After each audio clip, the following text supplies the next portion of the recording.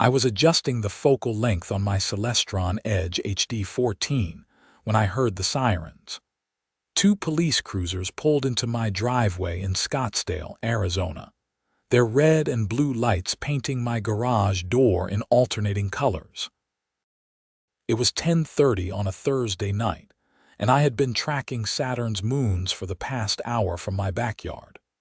My neighbor's security lights had been interfering with my observations, but I had finally found the right angle to minimize the light pollution.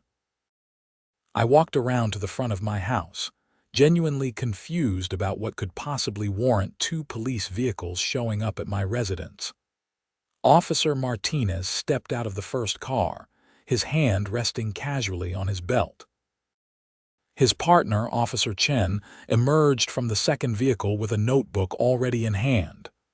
"Good evening, sir," Martinez said, his flashlight briefly illuminating my face. "Are you Kyle Richardson?" "That's me," I replied, squinting against the light. "Is something wrong?"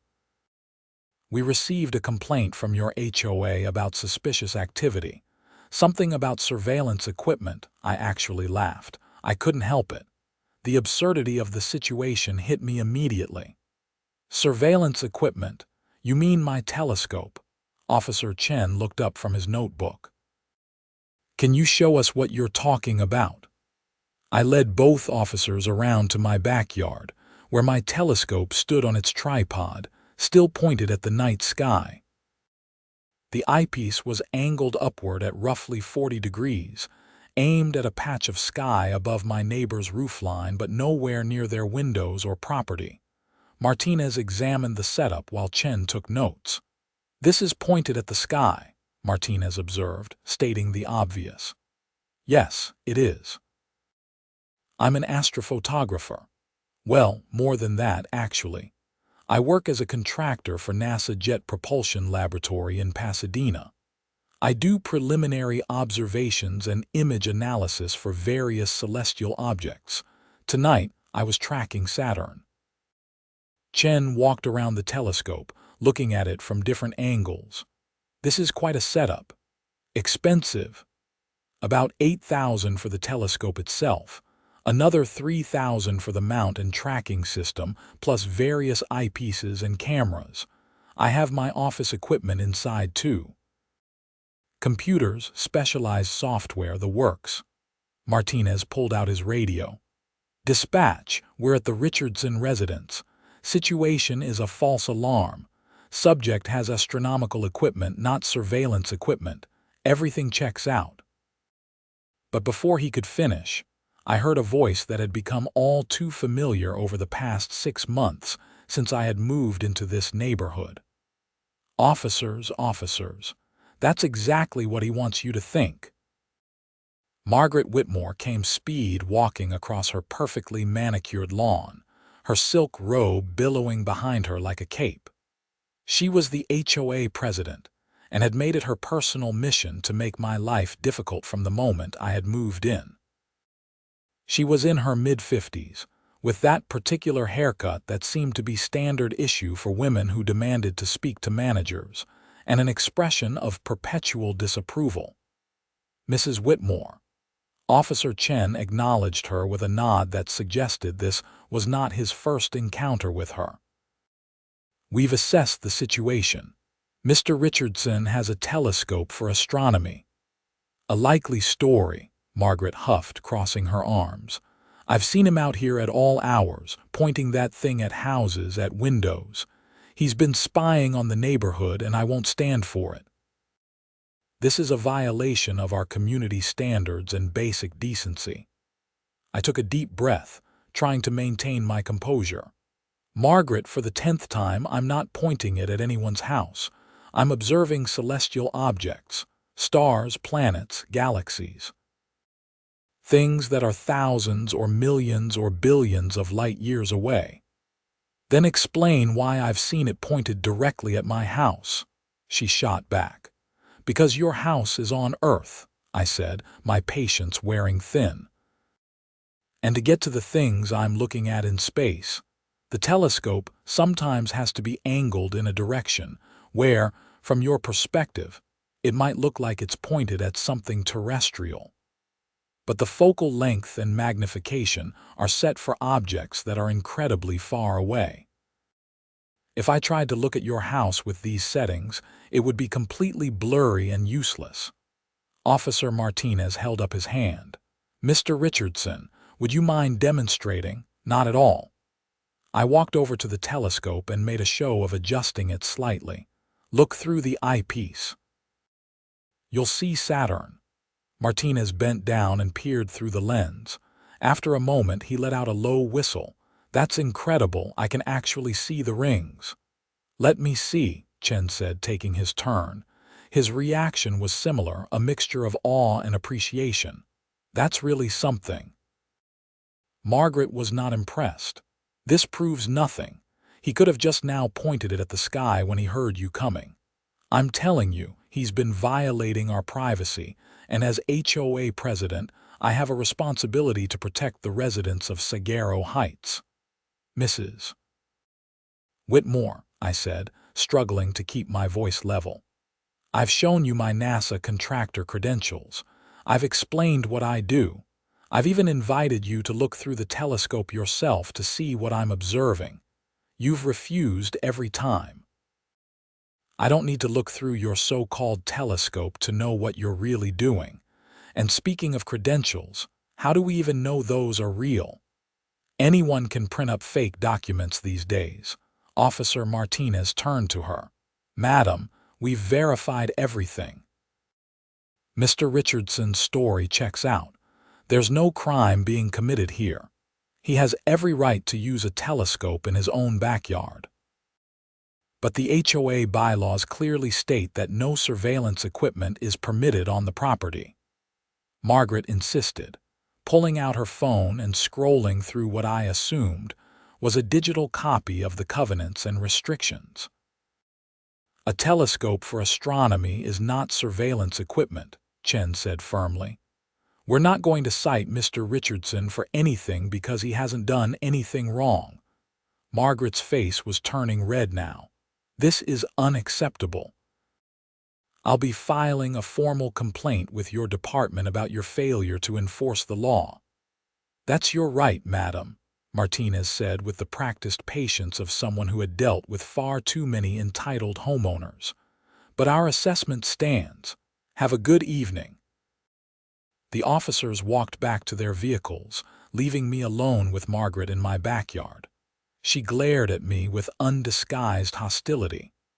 This isn't over, Kyle. I'll be bringing this up at the next HOA board meeting. We'll vote to ban all telescopes from the community. You can't do that, Margaret. There's no legal basis for it. We'll see about that. She turned on her heel and marched back to her house, which was directly behind mine, separated by a 6-foot wooden fence. I spent the next hour trying to salvage what was left of my observation session, but my concentration was shot. Saturn drifted across my field of view, its rings crisp and beautiful, but all I could think about was the inevitable headache that Margaret was going to cause me. This wasn't the first time she had targeted me. When I had first moved in, she had sent me a citation for having my trash cans visible from the street for more than 12 hours. Never mind that I had moved in on a Saturday, and trash pickup was Monday morning. Then, there was the citation for my lawn being a 1/4 inch too long, measured with what I suspected was a rigged ruler. And don't even get me started on the paint color debacle, where she insisted that the existing trim on my house was not on the approved color list, despite the fact that the previous owners had painted it with HOA approval just 2 years earlier. I packed up my equipment and went inside. My home office was set up in the spare bedroom, with 3 monitors displaying various data streams from NASA public databases and my own observation logs. I had been contracted to help analyze atmospheric data from exoplanets, looking for potential biosignatures in the light spectra that pass through their atmospheres during transits. It was fascinating work, and I felt incredibly lucky to be part of it, even in a small capacity. My phone buzzed with a text from my friend Derek, who lived 3 streets over in the same development. Heard sirens. Everything okay? I called him instead of texting back. Derek answered on the first ring. Dude, what happened? Margaret called the cops on me. Again. Claimed I was using my telescope to spy on people. Derek groaned. She's absolutely insane. You know, she tried to fine me last month for hanging a bird feeder in my front yard, said it was an unauthorized structure. I believe it. The cops were cool about it once they saw what I was actually doing, but Margaret is threatening to bring it up at the next HOA meeting. When is that? Next Tuesday. I checked the calendar. I'm definitely going to be there to defend myself. Want me to come as backup? I've got my own list of grievances with her reign of terror. That would be great, actually. Thanks, man. After we hung up, I tried to focus on work, but my mind kept drifting back to the confrontation. I had moved to Scottsdale specifically for the relatively dark skies compared to other parts of the Phoenix metro area. And the house in Sagaro Heights had a yard with a perfect southern exposure for astronomical observations. The HOA had seemed like a minor nuisance when I was signing the papers, something I would just deal with for the sake of having the perfect location. I had not anticipated Margaret Whitmore. The weekend passed without incident, which I considered a small victory. I spent Saturday processing some spectral data from my observations earlier in the week and Sunday hiking in the McDowell Sonoran Preserve to clear my head. The desert landscape was beautiful this time of year, with temperatures in the pleasant 70s and wildflowers starting to bloom. Monday morning, I was on a video call with Dr. Sarah Chen, my supervisor at JPL, reviewing some anomalous readings from an exoplanet designated K218b when my doorbell rang. I excused myself and went to answer it, finding a certified letter carrier waiting with a clipboard. Kyle Richardson. That's me. Sign here, please. I signed and took the thick envelope, already knowing what it was before I opened it. Sure enough, it was a formal notice from the Sagaro Heights HOA, informing me that I was in violation of Article 7, Section 3 of the Community Covenants and Restrictions, which prohibited surveillance equipment and activities that infringed upon the privacy of other residents. I was ordered to immediately cease and desist all such activities and remove the offending equipment from my property. Failure to comply would result in fines of $500 per day and potential legal action. I took a photo of the letter and texted it to Derek. His response was immediate. This is insane. We need to fight this. I called my real estate attorney, Janet Morrison, who had handled my home purchase. She listened to my explanation and asked me to send her copies of all the documentation, including the HOA letter, my NASA contractor credentials, and any photos I had of my telescope setup. This is ridiculous, Janet said after reviewing everything. A telescope is not surveillance equipment under any reasonable definition. They're going to have a hard time making this stick. But can they try to fine me in the meantime? They can try, but I wouldn't pay it. In fact, don't pay anything yet. Let me draft a response letter explaining why their interpretation is wrong and why any fines would be inappropriate. We'll send that to the board before the meeting on Tuesday. Should I still go to the meeting? Absolutely. You need to be there to present your case. Bring photos, bring your credentials, bring technical specifications for your telescope showing what it's designed to do. Make it crystal clear that this is scientific equipment for astronomy, not surveillance. I spent Monday afternoon preparing my presentation. I printed out high-quality photos of Saturn, Jupiter, and the Orion Nebula that I had taken with my equipment. I compiled a portfolio of my work with NASA, including published papers I had contributed to and official letters from JPL confirming my contractor status. I created a simple diagram showing how the focal length and magnification of my telescope made it useless for terrestrial observation. Tuesday evening arrived faster than I wanted. The HOA meeting was held in the community center, a bland stucco building with a meeting room that could hold about 50 people. When Derek and I arrived at 7, there were already about 20 residents there, which was apparently an unusually high turnout according to Derek. Margaret sat at the front table with 4 other board members. Bob Henderson, the vice president, a retired accountant who mostly just nodded along with whatever Margaret said. Susan Park, the treasurer, who seemed reasonable but rarely spoke up. Tom Bradshaw, the secretary, who was mainly there because his wife had volunteered him. And Linda Foster, a member at large who I had never actually met. Margaret called the meeting to order and went through the usual boring business, approving last month's minutes, discussing the landscaping budget for the common areas, and reviewing a proposal to repaint the community center. Then she got to what she called new business. "We have a serious matter to address tonight," Margaret announced, looking directly at me. "We have a resident who has been engaging in surveillance activities that threaten the privacy and safety of everyone in this community." A murmur went through the crowd. I stood up, my folder of documentation in hand. "I'd like to address this accusation." "You'll have your turn to speak," Margaret said dismissively. "First, I'm going to present the evidence." Over the past several months, multiple residents have reported seeing Kyle Richardson in his backyard at all hours of the night with what appears to be sophisticated surveillance equipment. This equipment is frequently pointed at neighboring homes. When confronted, Mr. Richardson has claimed that he is engaged in astronomy, but this explanation is highly suspicious. Suspicious how? Someone called out from the audience. Why would anyone need to do astronomy at home when there are planetariums and observatories for that sort of thing?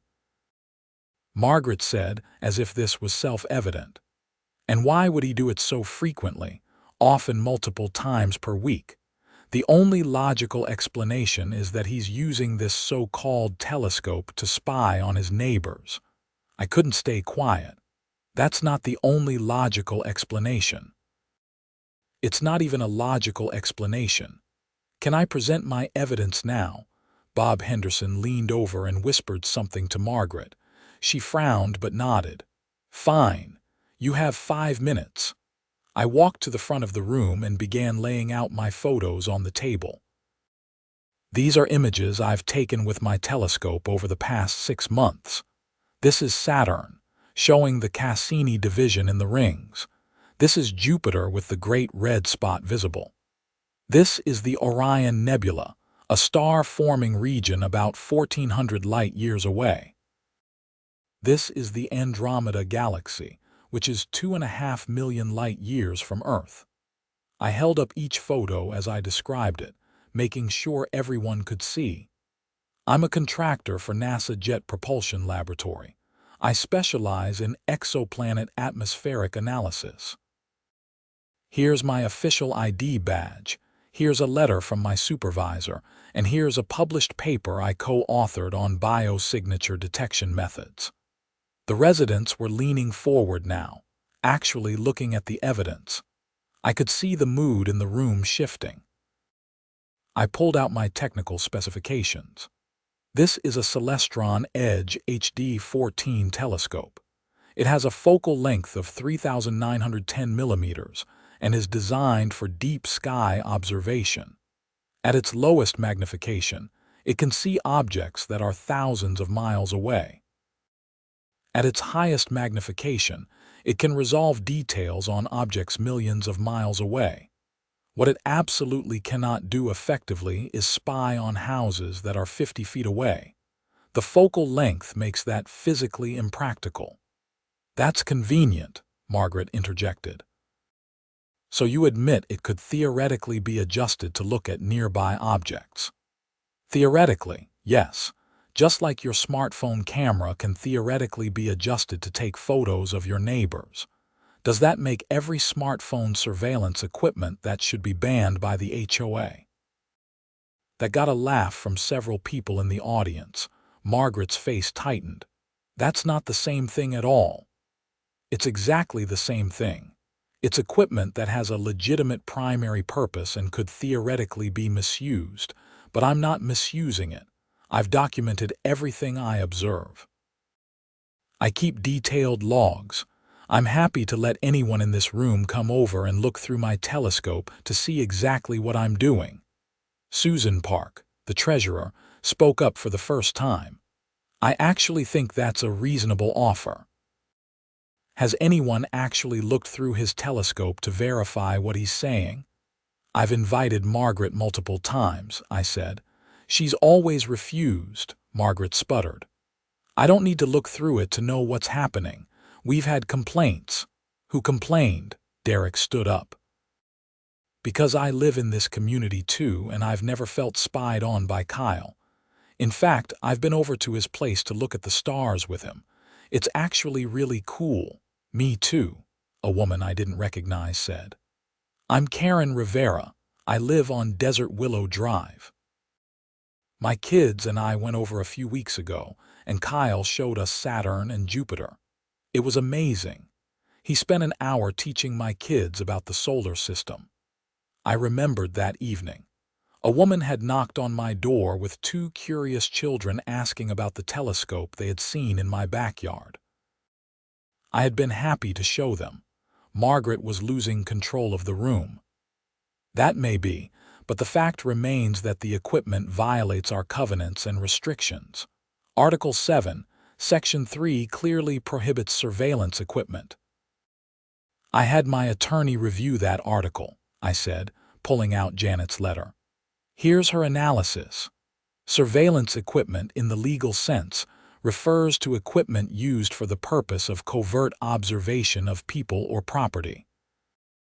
A telescope used for astronomy is no more surveillance equipment than binoculars used for bird watching. The purpose and use determine the classification, not the hardware itself. Bob Henderson cleared his throat. I have to say, this seems like a stretch, Margaret. The young man clearly has legitimate credentials and a legitimate purpose. I agree, Linda Foster added. I think we're making a mountain out of a molehill here. If there were actual evidence of spying, that would be different. But all I'm seeing is someone with an expensive hobby and a real job in the space industry. Margaret looked at Tom Bradshaw desperately. He just shrugged. I mean, those photos are pretty cool. My nephew is really into space stuff. Maybe I could bring him by sometime. Sure, I said. I'm happy to host anyone who's interested in astronomy. That's part of why I got into this field in the first place, to share the wonder of the universe with people. The vote, when it came, was decisive. 4 board members voted to dismiss the complaint against me, with only Margaret voting to uphold it. She looked furious, her carefully applied makeup not quite hiding the red flush creeping up her neck. This meeting is adjourned, she said tersely, gathering her papers and stalking out of the room before anyone else could say anything. Several residents came up to me afterward to apologize for the hassle and to ask about visiting to see the telescope. I handed out my phone number to at least a dozen people and promised to organize a neighborhood star party once the moon phase was right. Derek clapped me on the back as we walked to our cars. That went way better than I expected. Yeah, but I have a feeling Margaret isn't going to let this go. I was right. 2 days later, I received another letter from the HOA. This one cited me for having an unapproved structure in my backyard, referring to my telescope mount. According to this new interpretation, any permanent or semi-permanent installation required prior architectural approval from the board. I called Janet again. She sighed heavily when I read her the letter. This is harassment at this point. The woman is clearly abusing her position to target you specifically. What can I do about it? Document everything. Keep every letter, every interaction, every piece of communication. We're building a case that she's engaging in selective enforcement and harassment. In the meantime, I'll respond to this latest letter explaining why a telescope mount is not a structure under any reasonable definition. But Kyle, you might want to start thinking about a bigger solution here.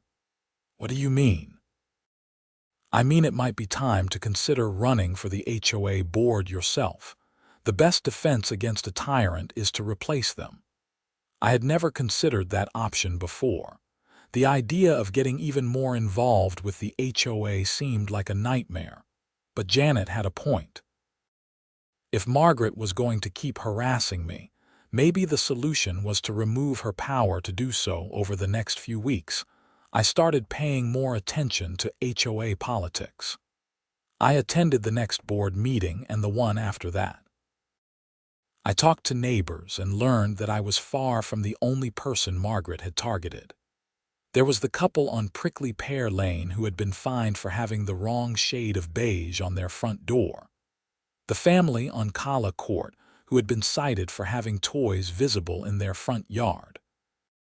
The elderly man on Sagaro Street who had received a violation notice for having a crack in his driveway, despite the fact that he had already scheduled repairs. A pattern was emerging. Margaret didn't just enforce the rules, she weaponized them. She interpreted everything in the most strict, unreasonable way possible. And she seemed to take particular pleasure in targeting people who pushed back against her authority. I started talking to people about running in the next board election, which was coming up in 3 months. Derek immediately volunteered to run with me.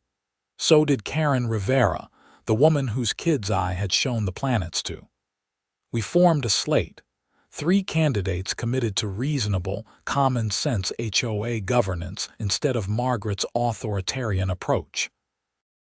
Margaret, predictably, lost her mind when she found out. She sent out a mass email to the entire community warning about radical elements trying to take over the HOA and destroy property values by eliminating standards.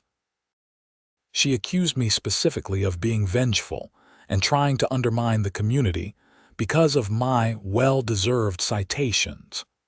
But her email backfired. It reminded everyone of her petty enforcement actions and her general unpleasantness.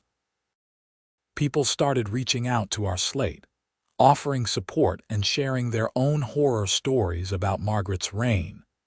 The campaign, such as it was, took place over email chains and front yard conversations. We created a simple platform. Enforce reasonable rules reasonably. Focus on things that actually matter to property values like maintaining common areas, and stop nickeling and diming residents over trivial matters. Meanwhile, I continued my work for NASA and my observations.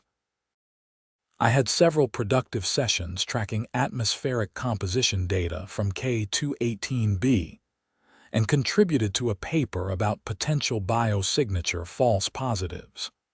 My work was going well, even if my home life was complicated by HOA drama. Then, about a month before the election, Margaret escalated things dramatically. I came home from a grocery run to find a code enforcement officer from the city of Scottsdale in my driveway, inspecting my property. He was walking around with a clipboard, taking photos and making notes. "Excuse me," I said, approaching him. "What's going on?" He looked up from his clipboard. "Are you the homeowner?" "Yes, I'm Kyle Richardson. We received a complaint about unpermitted structures and possible zoning violations. I'm here to investigate." My stomach dropped. "What structures?" "That's what I'm trying to determine." He gestured toward my backyard. "Can I take a look at what you have set up back there?" I led him to my telescope setup, which I had fortunately stored in the garage after my last session. The mount was still in the backyard, bolted to a concrete pad I had poured specifically for that purpose. "That's what this is about," I said. "My telescope mount, among other things." The complaint mentioned surveillance equipment, unpermitted concrete work, and possible commercial activity being conducted from a residential property. "This is ridiculous. The telescope is for personal use and for my work as a NASA contractor. The concrete pad is less than a square meter and doesn't require a permit according to city code. And I don't conduct commercial activity here. I work remotely as a contractor, which is explicitly allowed under both city and HOA rules." The inspector examined everything carefully, took measurements, and asked me questions about my setup and my work. After about 30 minutes, he closed his notebook. "Everything looks fine to me. The concrete pad is under the size threshold for permitting requirements. Remote work doesn't constitute commercial activity, and there's nothing illegal about having a telescope. I'll file a report indicating no violations were found." "Can you tell me who filed the complaint?" "Complaints can be filed anonymously, but between you and me." He glanced around to make sure no one was listening. "The complaint came from your HOA president. She's called in complaints about several properties in this development over the past year. Usually, they don't amount to anything. I think she just likes making trouble for people." After he left, I sat on my back patio, furious. Margaret had actually called the city on me, wasting everyone's time and resources because of her personal vendetta. This was beyond petty HOA harassment. This was abuse of the city's code enforcement system. I called Janet and told her what had happened. "Get a copy of the inspector's report once it's filed," she advised. "This is good documentation of her harassment pattern. In fact, this might actually be illegal." Filing false or frivolous code enforcement complaints can be considered misuse of government resources. Can we do anything about it? Let me make some calls. I know someone in the city attorney's office. At minimum, they should be aware that someone is abusing their system. Word spread quickly through the neighborhood about Margaret calling the city on me. The reaction was overwhelmingly negative for her. Even people who had previously been neutral or mildly supportive of her strict enforcement approach were appalled that she had escalated to involving city resources. A week later, I received a call from my friend Derek. "Dude, you are not going to believe this. Margaret just called the cops on the Thompsons for having a party too loud at 7 p.m. on a Friday night. You're kidding." "I'm not." There were like 8 people in their backyard, music at a totally reasonable volume. Cops showed up, told Margaret she was wasting their time, and left. Everyone at the party is pissed. Margaret was spiraling. She seemed to recognize that she was losing control of the community and was lashing out in increasingly desperate ways. She sent out another mass email announcing that she was increasing enforcement actions and that anyone found in violation of any covenant would be fined immediately with no warning period. That email finally prompted some of the more prominent residents to speak up. A real estate agent who lived in the development wrote a response pointing out that overly aggressive HOA enforcement actually hurt property values by making the community less desirable. A lawyer who specialized in HOA law wrote a detailed explanation of why many of Margaret's threatened actions would be legally questionable. The election, when it finally came, was a landslide. Our slate won all 3 open board positions. Margaret technically still had a year left in her term as president, but at the first meeting after the election, the new board immediately voted to remove her from the presidency and install Linda Foster, the reasonable member at large who had voted against the telescope ban, in her place. Margaret showed up to that meeting with a lawyer, threatening to sue for wrongful removal. Linda calmly explained that the bylaws explicitly allowed the board to remove officers by a majority vote, and that the vote had been 4-1, with only Margaret voting against. Margaret's lawyer quietly advised her that she had no case, and she stormed out of the meeting. Her reign of terror was over. The next few months were spent undoing her damage. The new board reviewed all citations from the past year and dismissed most of them. We created a new enforcement policy focused on issues that actually impacted property values and neighborhood safety, not on measuring lawn height to the quarter inch or dictating specific shades of beige. I thought that was the end of it. I was wrong. 3 months after the election, I was doing some maintenance on my telescope when I heard a crash from the front of my house. I ran around to find my mailbox had been knocked over. The post snapped at the base. There were tire marks on my lawn consistent with someone deliberately swerving to hit it. I called the police to file a report, and the responding officer took photos and measurements. "Any idea who might have done this?" "Maybe," I said. "I've had ongoing disputes with my former HOA president. Things have been quiet lately, but this could be her." "Margaret Whitmore?" the officer asked. "Lives on Desert Rose Drive." "Yeah, you know her. We've had multiple calls involving her. Let me check something." He went back to his car and spent several minutes on his computer. When he returned, his expression was serious. "Does she drive a white Lexus SUV?" "I think so, yes." "One of your neighbors has a security camera that caught a white Lexus matching her vehicle description driving past your house right around the time this would have happened. The angle isn't great, but we can see the vehicle swerve toward your mailbox. That's destruction of property. I'm going to follow up on this." 2 days later, Margaret was charged with criminal damage. It was a misdemeanor, but it was a criminal charge nonetheless. She hired a lawyer and tried to fight it, but the security camera footage was pretty damning, and the officer had done a thorough investigation matching paint transfer on my mailbox to her vehicle. She ended up pleading guilty to avoid a trial and was sentenced to probation, community service, and restitution for the damages. She was also ordered to attend anger management counseling. The final twist came a month later. I received a letter from an attorney representing several other residents in Saguaro Heights. They were filing a civil lawsuit against Margaret for harassment and abuse of her position as HOA president. They wanted to know if I wanted to join as a plaintiff. I talked it over with Janet. "You have a strong case," she said.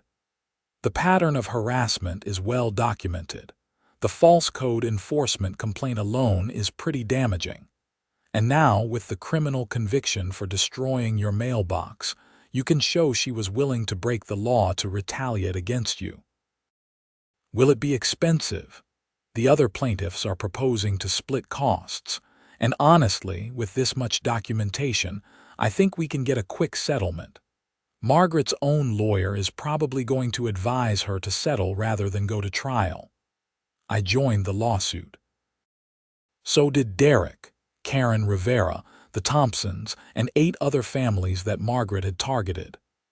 The lawsuit laid out a pattern of harassment, selective enforcement, abuse of authority, and retaliation against residents who challenged her. Margaret's attorney tried to mount a defense, but it was hopeless.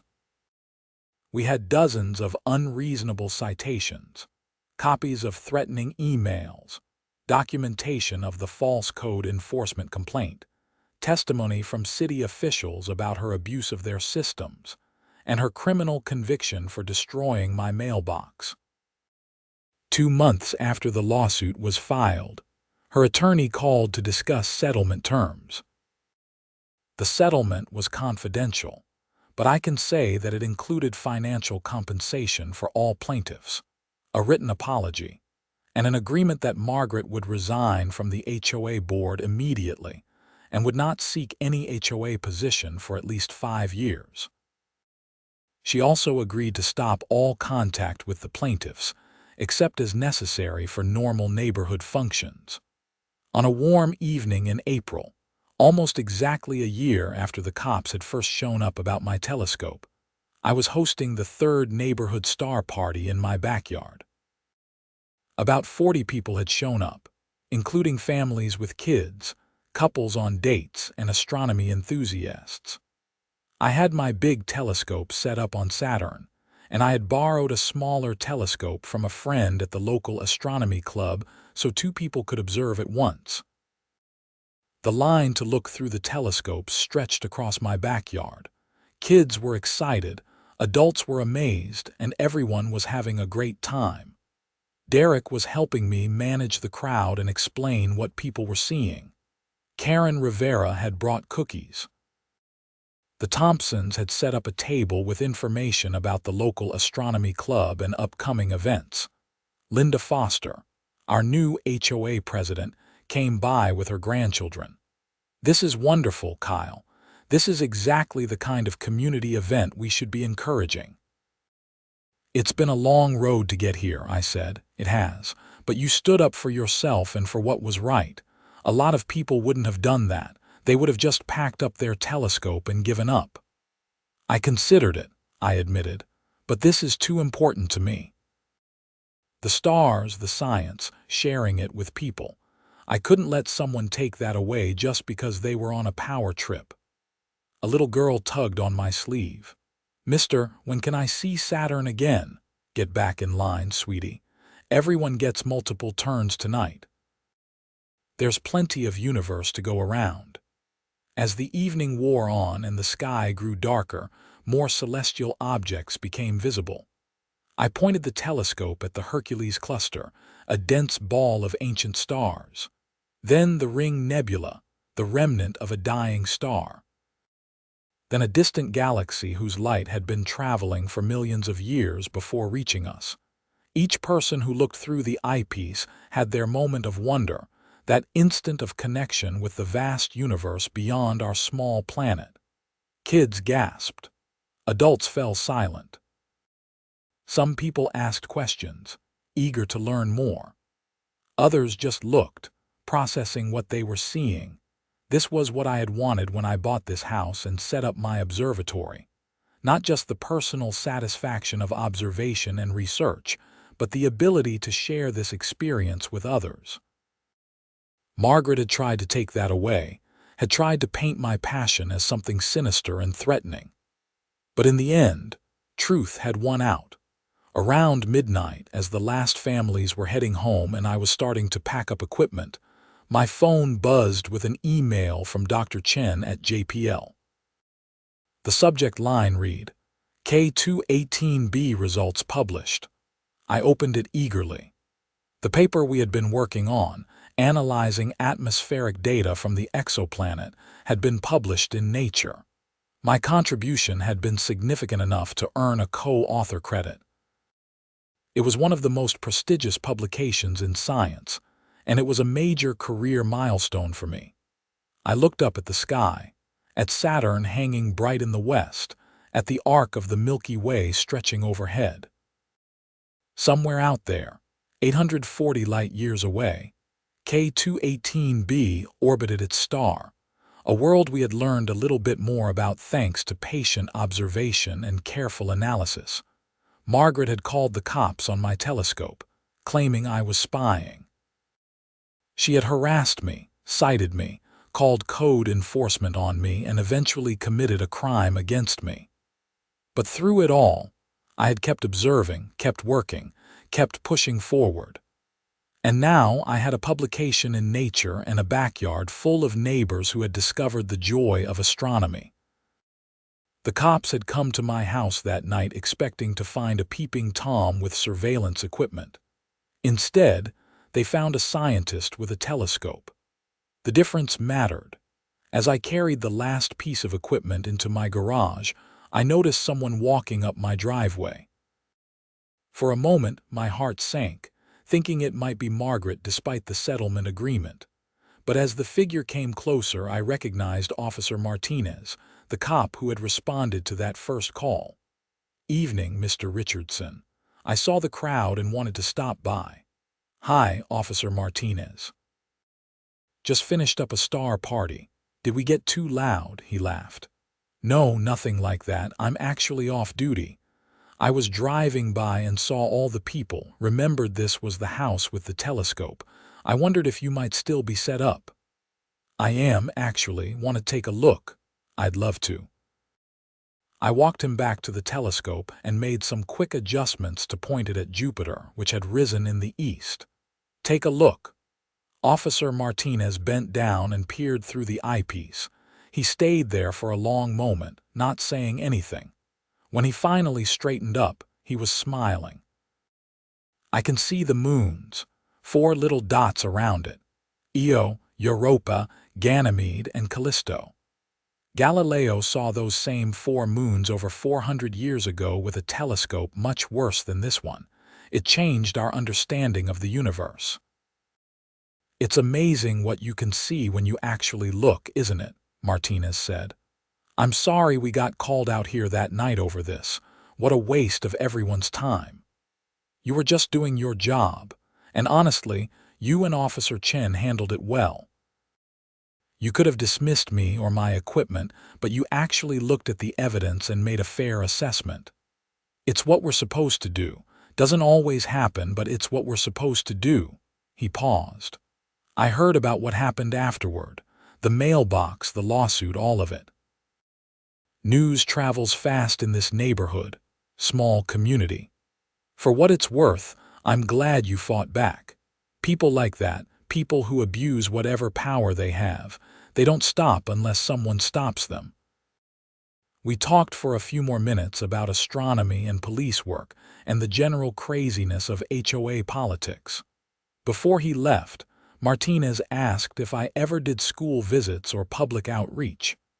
I've done a few talks at schools, I said. Why do you ask? The department does a youth program every summer. We bring in different speakers to talk about science, technology, careers, that kind of thing. The kids would love to hear about NASA and see some telescope views. I'd be happy to do that.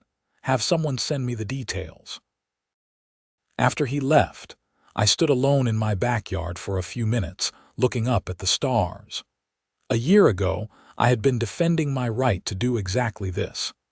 Now I was planning community events and police youth program presentations. The journey from there to here had been stressful and occasionally infuriating, but in a strange way, I was grateful for it. Margaret's harassment had forced me to really examine what I was doing and why it mattered. It had made me articulate the value of astronomy, not just as a career, but as a way of connecting with something larger than ourselves. It had pushed me to share my passion with my neighbors, turning what had been a solitary hobby into a community activity. And it had taught me that standing up to bullies matters. Margaret had counted on people being too tired, too busy, or too intimidated to fight back against her petty tyranny. Most people probably were. But I had the resources, the documentation, and the stubbornness to push back. And in doing so, I had made life better not just for myself, but for everyone else she had targeted. The new HOA board had transformed the community. Reasonable enforcement meant people actually cared about following the rules because the rules made sense. The focus on common areas and genuine community improvement meant property values were actually increasing. And the regular community events, not just my star parties but also neighborhood barbecues, holiday celebrations, and volunteer days, had turned Saguaro Heights from a collection of houses into an actual neighborhood. I went inside and pulled up the nature paper on my computer, reading through it one more time. The data was solid, the analysis was thorough, and the conclusions were significant. K218b showed atmospheric signatures that were consistent with several biosignature scenarios, though not conclusive. It was exactly the kind of finding that would drive further research and observation. My home telescope hadn't contributed to this specific paper, but the skills and passion that led me to astronomy were the same ones that made me good at my job. The patient hours observing, the careful attention to detail, the wonder at what the universe had to show us if we just looked carefully enough. The next morning, I woke up to find that the Nature paper had been picked up by several major news outlets. My phone was full of messages from friends and colleagues congratulating me. Dr. Chen sent me an email letting me know that we were already getting requests for follow-up observations and collaboration. Around noon, a reporter from the Arizona Republic called, wanting to do a story about the local NASA contractor who had contributed to this significant discovery. During the interview, I mentioned the telescope incident with the HOA, thinking it was an amusing anecdote. The reporter latched onto it. "Wait, your HOA tried to ban your telescope?" "Well, they tried. It didn't work out for them." "That's an amazing story. Would you be willing to talk about that more? I think our readers would love it." The article ran a week later, a full feature story with photos of me and my telescope, quotes from the Nature paper, and a detailed account of Margaret's harassment campaign and the eventual resolution. The headline read, "Scottsdale NASA contractor fought HOA over telescope, then helped discover potential signs of life on distant world." It was a bit dramatic, but the story was accurate. The article included comments from Linda Foster about how the community had transformed after the election, quotes from neighbors about the star parties, and even a brief statement from Officer Martinez about the original call. The story went viral. Within days, it had been picked up by national news outlets, shared thousands of times on social media, and discussed on several popular science podcasts. I did interviews with NPR, a cable news network, and a YouTube science channel with millions of subscribers. The overwhelming response was supportive. People loved the underdog story of a scientist standing up to an unreasonable HOA and winning. Astronomers and space enthusiasts shared their own stories of conflicts with neighbors or HOAs over their hobby. Legal experts discussed the importance of knowing your rights and fighting back against bureaucratic overreach. There were some negative reactions, mostly from people who believed that HOAs were necessary for maintaining property values, and that I should have just complied with the rules. But even many HOA defenders acknowledged that Margaret had gone too far and that her harassment had been inappropriate. The attention was overwhelming for a while. My email inbox was flooded with messages from people sharing their own HOA horror stories, asking for telescope recommendations, or just wanting to express support. I tried to respond to as many as I could, especially the ones from kids who were interested in astronomy or space science. One email stood out. It was from a high school student in Ohio who was interested in astronomy but whose parents were discouraging it because they didn't think it was a practical career path. She wanted to know how I had gotten into the field and whether I thought it was worth it. I wrote her a long response, explaining my path from childhood fascination with the stars to undergraduate physics to graduate work in astrophysics to my current position.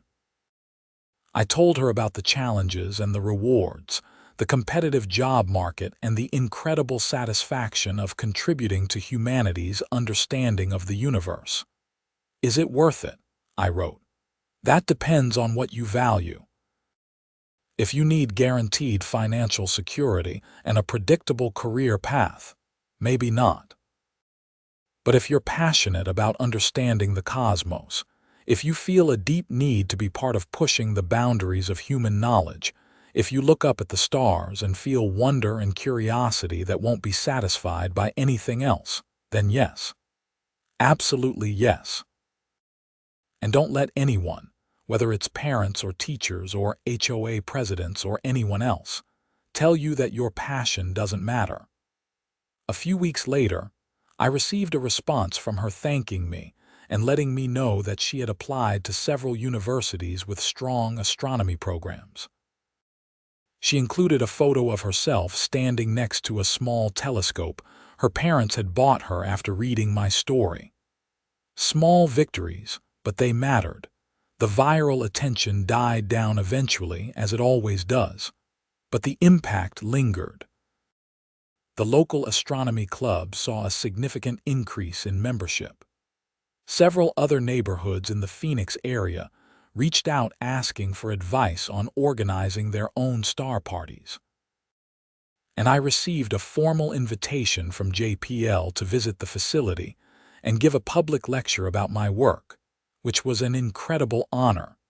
6 months after the lawsuit settlement, I was in my backyard doing routine maintenance on my telescope when I heard a car pull into the driveway next door. Margaret's house had been on the market for 3 months, and apparently, someone had finally bought it. A young couple got out of a moving truck, laughing and clearly excited about their new home. They had a toddler with them, a little girl maybe 2 years old who was more interested in chasing butterflies than in moving boxes. I walked over to introduce myself. "Hi, I'm Kyle. I live right behind you. Welcome to the neighborhood." The woman smiled warmly. "I'm Jennifer. This is my husband Marcus, and that's our daughter Lily. We're so excited to be here." "Just moved from California," Marcus added. "The housing market out there was insane. We're happy to have a yard and some space." "It's a great neighborhood," I said. "Really friendly people. We do community events pretty regularly. Actually, I'm hosting a star party next week if you want to come by. I have a big telescope and we look at planets and galaxies and stuff. It's fun for kids and adults." "That sounds amazing," Jennifer said. "Lily's a bit young, but we'd love to come." We chatted for a few more minutes before they got back to unloading. As I walked back to my house, I couldn't help but think about how much had changed. A year and a half ago, Margaret had been standing in almost the exact same spot, threatening to call the police on me for having a telescope. Now new neighbors were excited about star parties. The star party the following week was the biggest one yet. Over 60 people showed up, including Jennifer and Marcus with little Lily. The toddler was indeed too young to really understand what she was looking at, but she liked looking through the eyepiece and saying "wow" at the bright dots. I had multiple telescopes set up now, thanks to loans from the astronomy club. We had views of Saturn, Jupiter, the Orion Nebula, and the Andromeda Galaxy all available simultaneously. Local high school students who were interested in astronomy volunteered to help operate the telescopes and explain what people were seeing.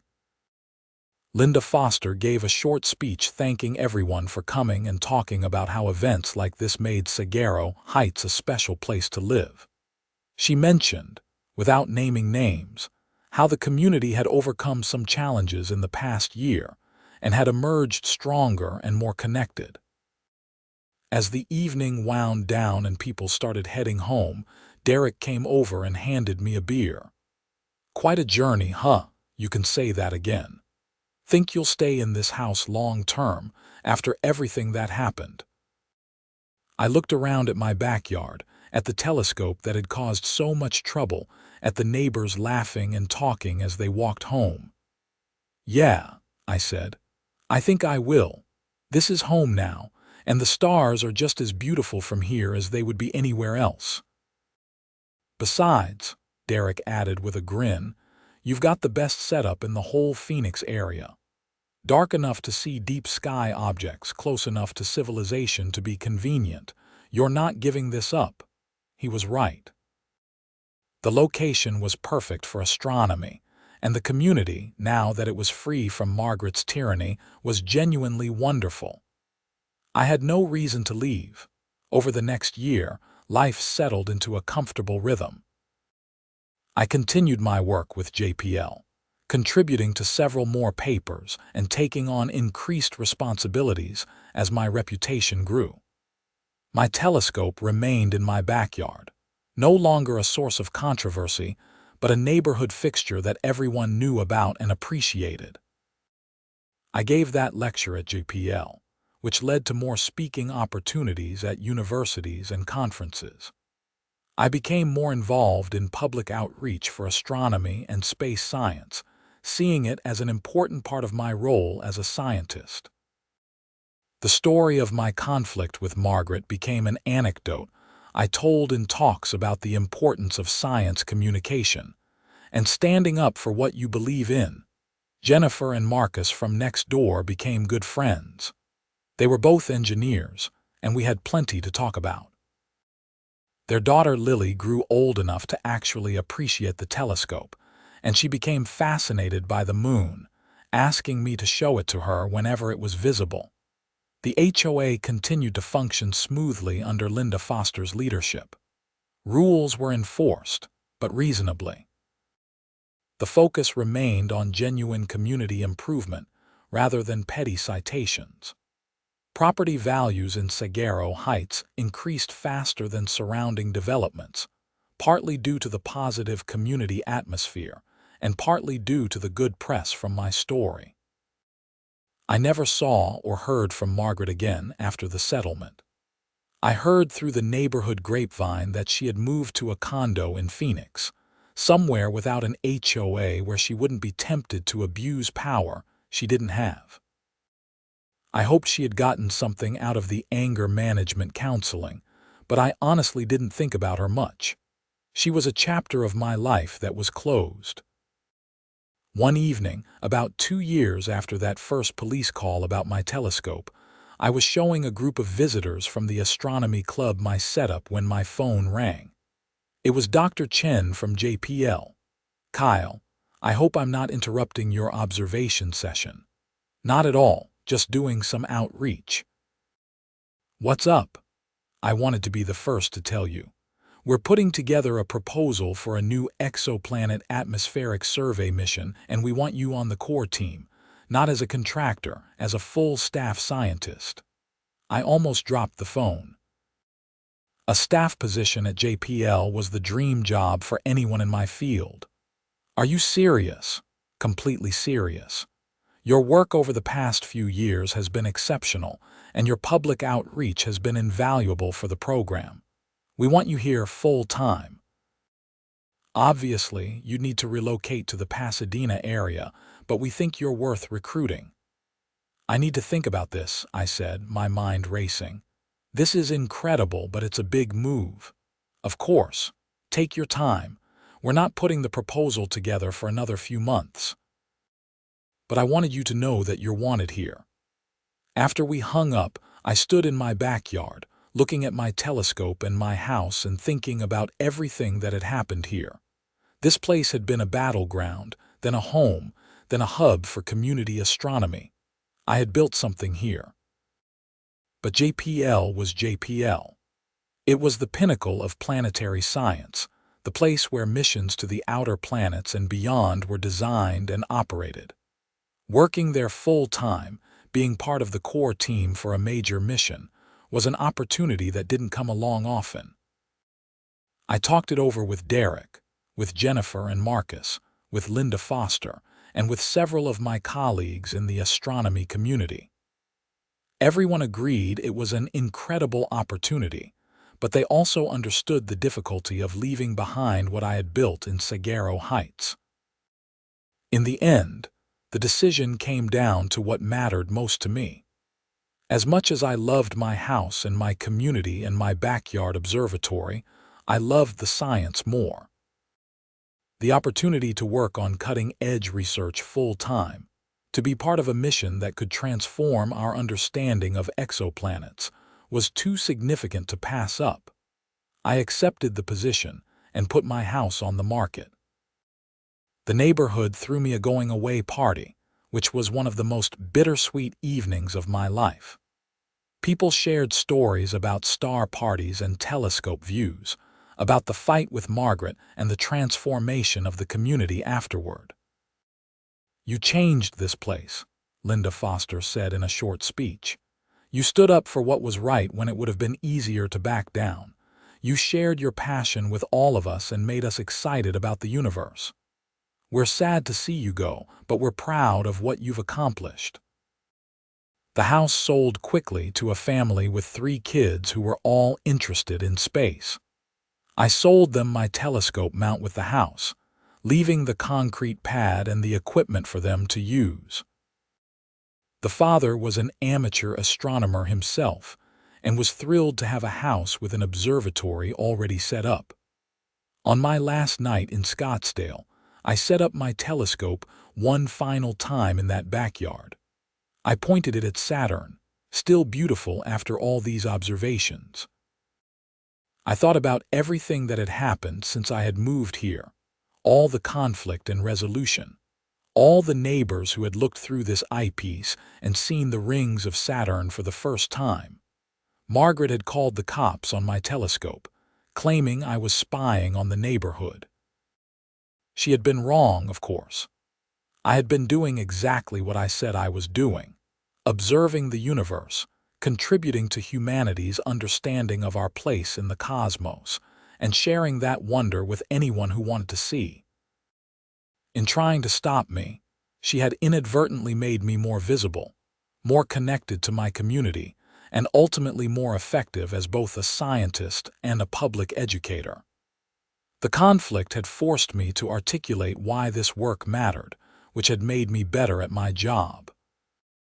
As I packed up the telescope for the last time, carefully wrapping each piece and loading it into my car for the drive to California, I thought about the journey from that first police call to this moment. It had been stressful, frustrating, occasionally infuriating, but ultimately worthwhile. The stars would look different from California, but they would still be there, still waiting to be observed and understood.